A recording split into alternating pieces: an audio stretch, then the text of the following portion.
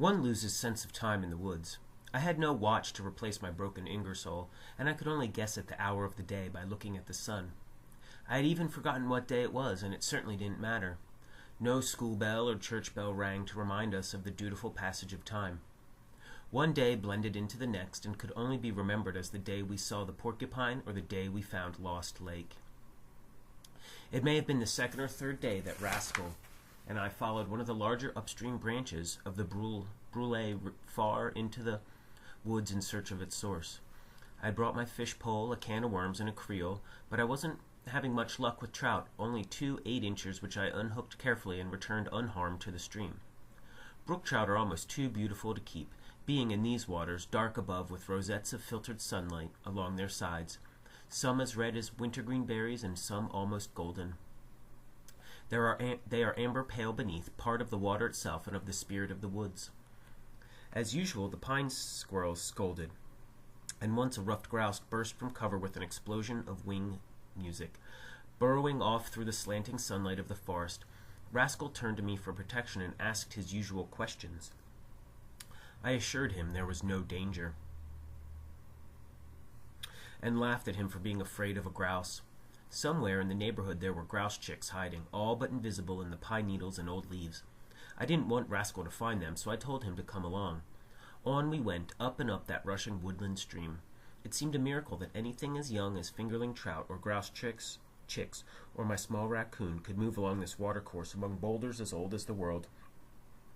The new life of this very season amid granite predating the first life of the globe. My mother, before she died, had revealed a few simple facts, and had tried to explain the story of creation in the Bible as a means by which the primitive and poetic people sought to understand the beginnings of things. This does not mean there's no God, she said, or that he didn't create heavens and earth and darkness and light, and that the seas and land. His spirit does move upon the face of the waters. Then patiently, like the very good teacher she was, my mother had explained in words I could understand how plants and animals had come to be, and the wonderfully complex flora and fauna that are in our present age. And I had thought there was no one more gracious or knowing than my mother, and nothing more pleasant than the sound of her voice. She seemed very close to me now as Rascal and I made our way up this branch of the Brule.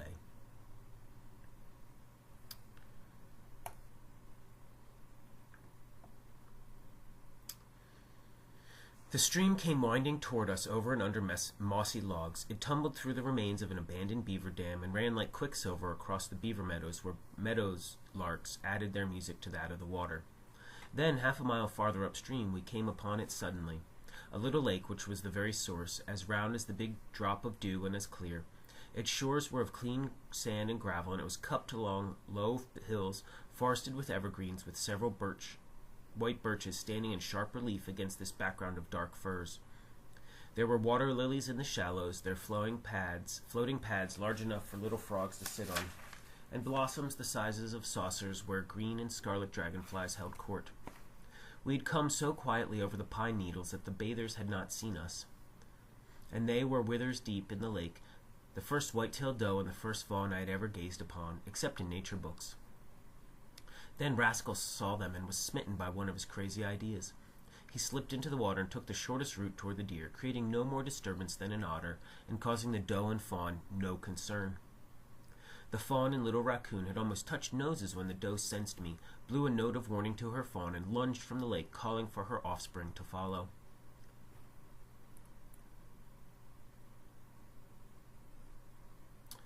For a moment she hesitated and looked back with me toward the great liquid eyes.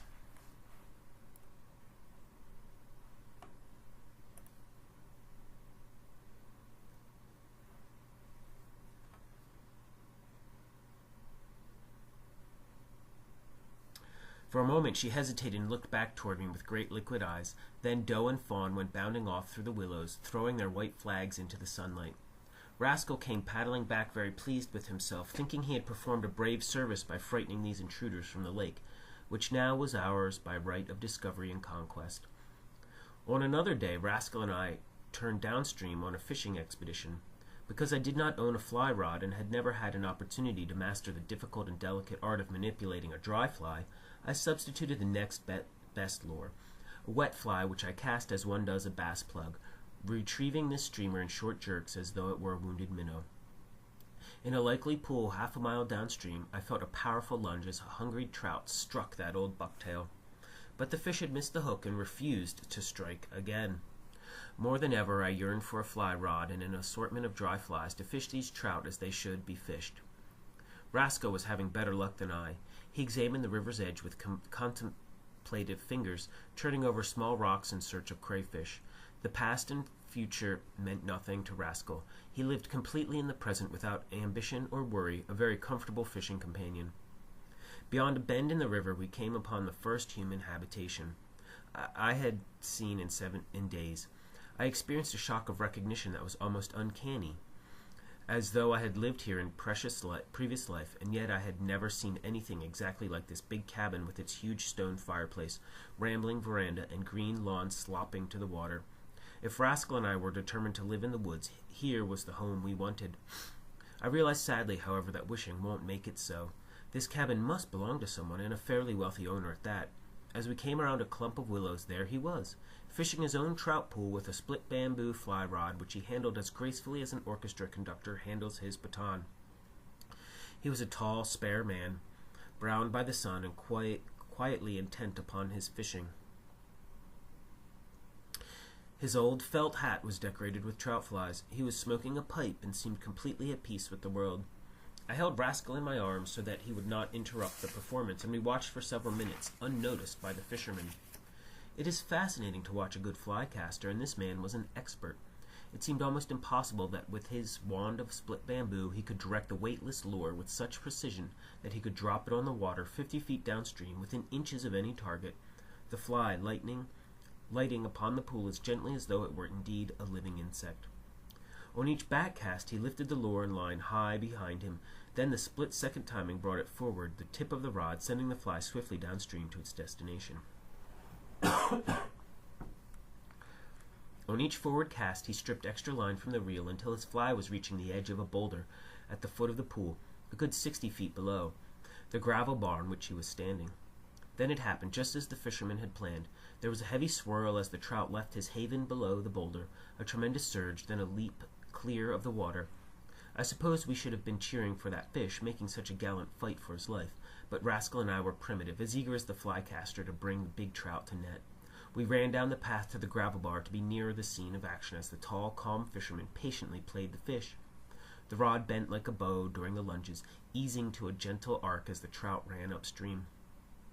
Although busy with his fish, the angler looked up and smiled when he saw his visitors, but I knew enough not to talk at such a moment.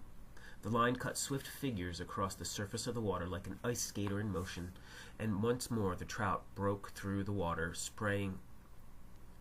throwing spray into the sunlight. "Pretty fair brown," the fisherman said. "It's enormous." "Not for a brown trout. Get them anywhere up to 12 pounds in the brûlée."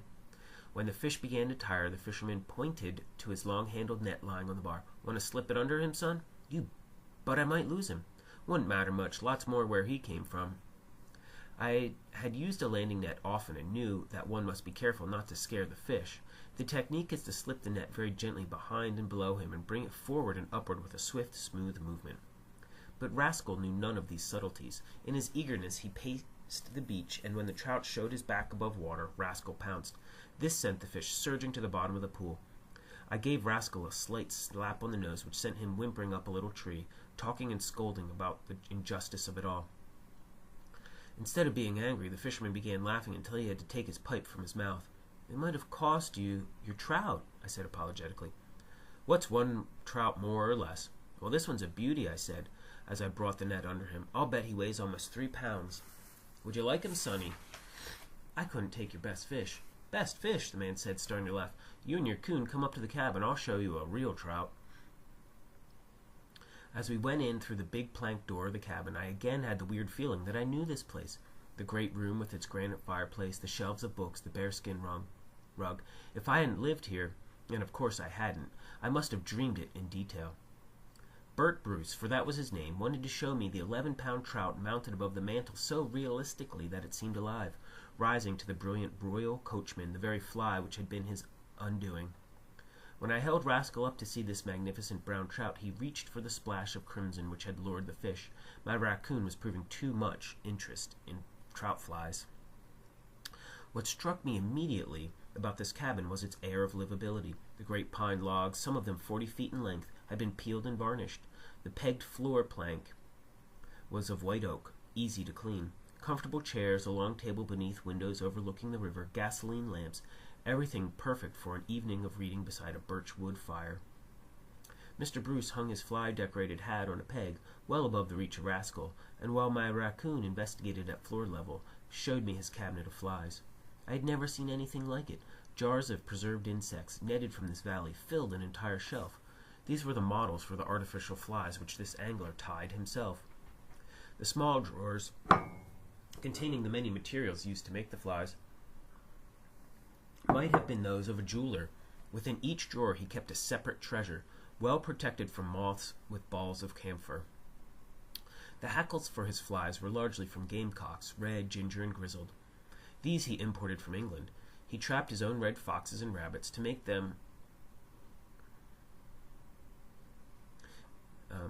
from their underfur the thoraxes or bodies of the flies, which were firmly banded to the hook with gold or silver wire as firm as a cobweb.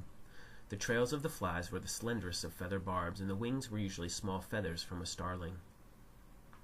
Then, with slight hesitation, he showed me the contents of the only drawer which was locked. I immediately realized it contained the feathers of a wood duck. "I've only shot one in my life," he said. "I need these feathers. Can't tie some flies without them." There they lay, gleaming and radiant, the plumage of the most beautiful bird in North America. While I was learning about the art of tying flies, Rascal had found the bearskin rug.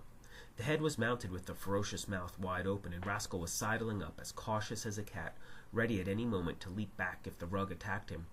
I twitched the rug just once, and Rascal nearly fell over backward, but his curiosity outweighed his caution, and he soon returned, touching the bear's nose, running sensitive fingers over the fierce glass eyes. Convinced at last the bear was not alive, he climbed aboard the massive head, proud to have won such a dangerous battle. Soon he was curled in a comfortable position on the skin of this great cousin. In another moment he was asleep. "Do you live here all alone, Mr. Bruce?" "Call me Bert," my host said. "Everybody else does." "Yes, I live alone. Can't stand womenfolk around. Cranky clean." "That's the way I feel," I said. "Now you take my older sister. I live with her winters and I like her. But when she comes up here she dusts and scrubs and changes curtains and moves furniture. Can't lay a book down on the table. She puts it right back on the shelf." "I wish I had a cabin like this," I said. "Well, son," Bert said, "you can't get anything in this world without working for it. I ran a sporting goods store in Chicago for 30 years, sold out, and retired. I'd come up here early May to late October, but I had to earn the money first." "I'd work all my life for a cabin like this," I said wistfully. "How about a ham sandwich for you and your coon?" "That would suit us just fine."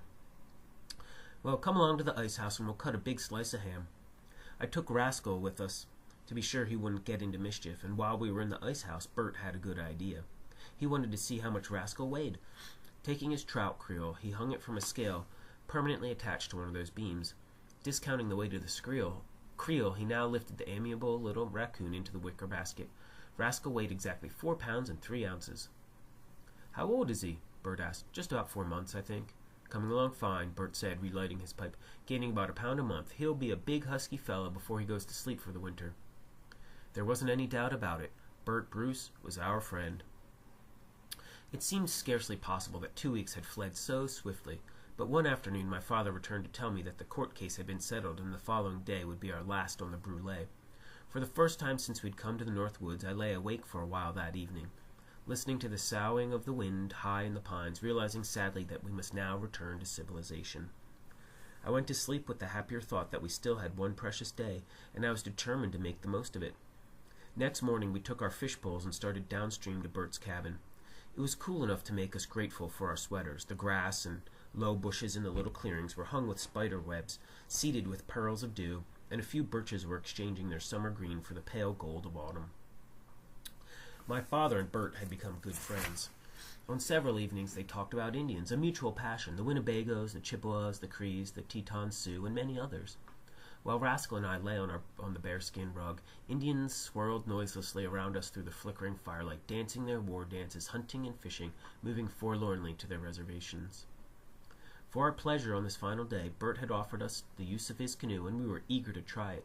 The Brulé is mostly navigable by light craft from this cabin down to Lake Superior, and there are several excellent trout pools on these lower reaches, almost certain to produce big fish. Bert saw us safely afloat, bid us farewell and good luck, and waved from his gravel bar.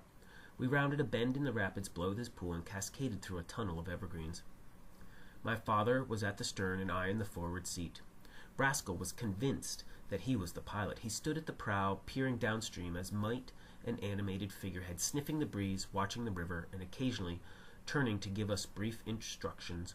As always, he loved speed and a slight sense of danger, churring with the most satisfaction when we were running white water.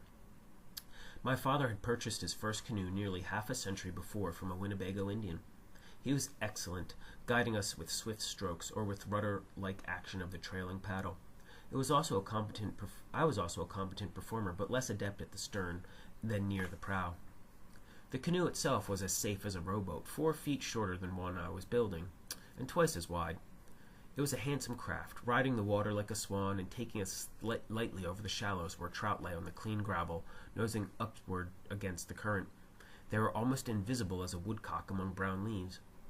There were very few good fishing places along the first quarter-mile below Bert's pool, and then I did not put aside my paddle to take my rod until we had passed the second bend. Here we found water so peaceful that we could cast our bucktail flies at leisure while letting the canoe drift slowly with the current.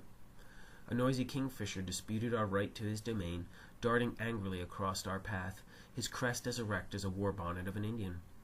For perhaps 30 seconds a mink watched us from a sandbar, appearing from the underbrush and then disappearing again so quickly that we might have doubted our senses had not all 3 of us seen him clearly. My father hooked a small trout but returned it to the stream.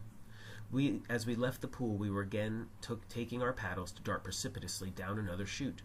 Gliding this craft among the boulders, I thought happily of my own canoe at home, which some day would be ready for the water. My raccoon and I would be afloat every possible moment. About a mile below Bert's cabin, Rascal's sensitive nose caught a scent that spelled danger, and he trilled a warning. Just then my father and I saw a blueberry patch that looked as though it had been through a small cyclone. A little farther down the stream, a hollow tree had been ripped apart as though by lightning, with shreds of bark and rotten wood and dark honeycomb strewn over a gravel bar. There could be no doubt about it. This was the work of a bear. Talking softly now and paddling quietly, we progressed cautiously over tranquil water around a wide bend in the stream. And there they were, at the foot of the pool, a mother black bear and 2 cubs. She had just tossed a big trout to her offspring from the rapids below this pool, and the cubs were fighting over the fish, snarling and snapping. Rascal's high trill diverted her from her fishing, and with a deep-throated growl she stood her ground for a few moments, eyeing us angrily.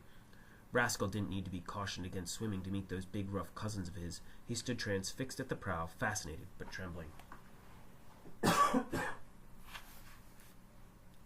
bear spoke sharply to her cubs, and plunged into the willows and aspens with a great cracking of the brush, and her obedient young raced after her.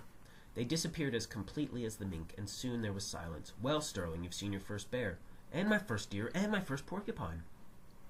Nothing could top this experience, I thought, but at the next trout pool there was one to match it. I overcast the pool into the rapids below, and was retrieving my bucktail in a erratic manner to avoid a snag when a smashing strike bent my pole as though it were a willow. My line was taut, and the fish that hooked him solidly on the wet fly and seemed inclined to take it all the way downstream to the Lake Superior. My father backed water to hold the canoe steady against the slight current running through the pool. I did my best to keep the trout from tangling the line in the half-submerged logs in the rapids. Other fish can fight, but there's nothing quite like a big trout for style and grace and courage, as though they drew strength from the whole wilderness.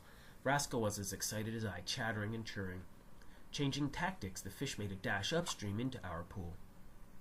I reeled in slack line as rapidly as possible to keep the needed tension on the hook.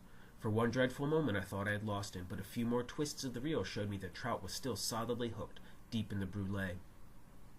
In another few moments he surfaced, saw the canoe, started a wide circling run upstream.